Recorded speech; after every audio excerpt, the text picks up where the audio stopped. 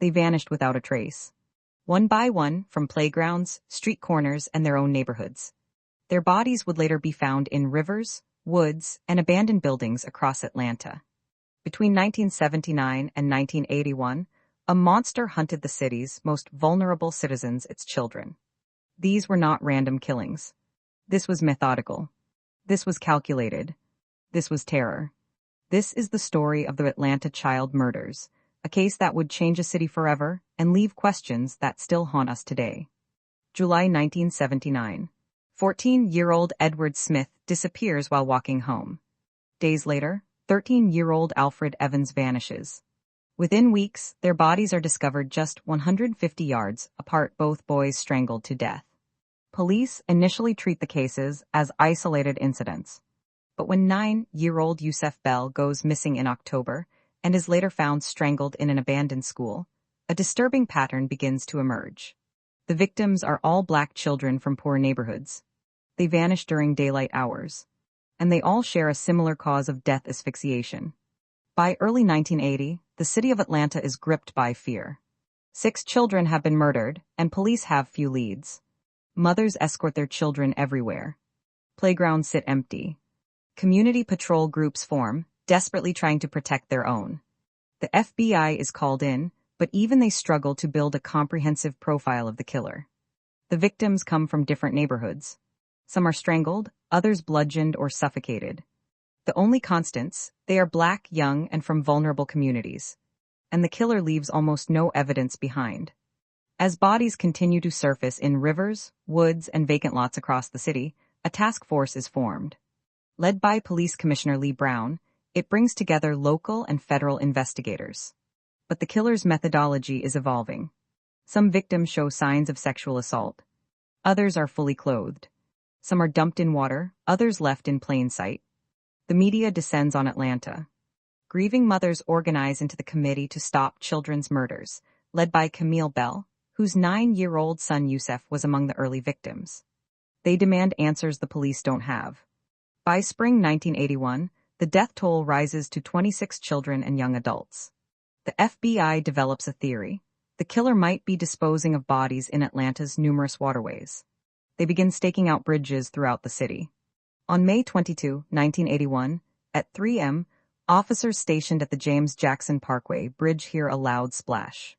They stop a car. Driving away behind the wheel is 23-year-old Wayne Williams, a freelance photographer and aspiring music producer.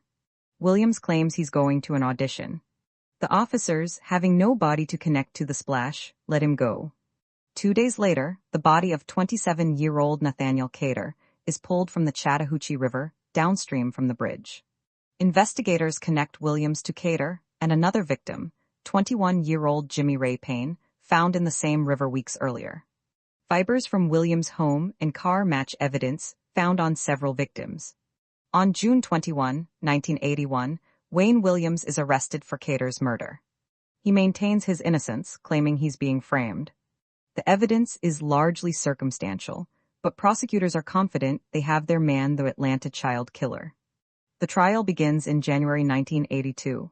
Williams is only charged with the murders of Payne and Cater, both adults, not children. In a controversial decision, Judge Clarence Cooper allows prosecutors to present evidence linking Williams to 10 child victims to establish a pattern. The prosecution's case centers on fiber and hair analysis, bloodhound tracking evidence, and witnesses who place Williams with various victims. Williams takes the stand in his own defense, but his arrogance and combative attitude alienate the jury. After just 10 hours of deliberation, they return with a verdict: guilty. Wayne Williams is sentenced to 2 consecutive life terms. With his conviction, Atlanta police closed 23 of the child murder cases, attributing them to Williams despite never formally charging him. The killings stop.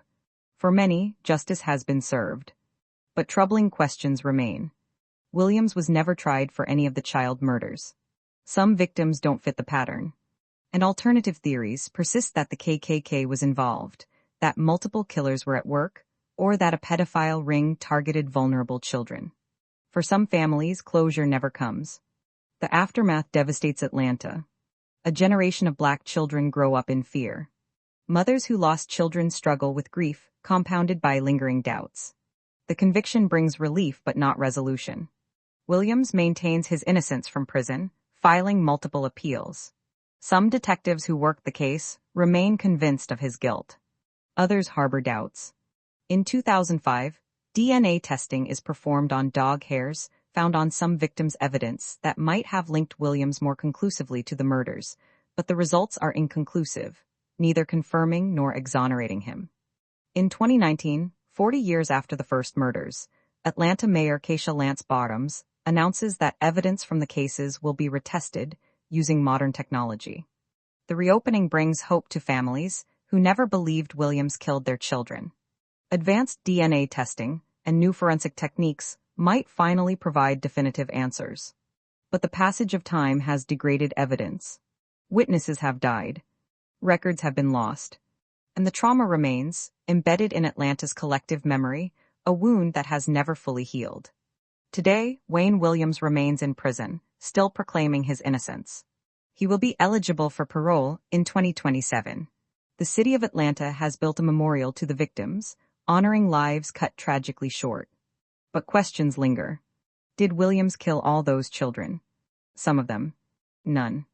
Were there multiple killers who were never caught?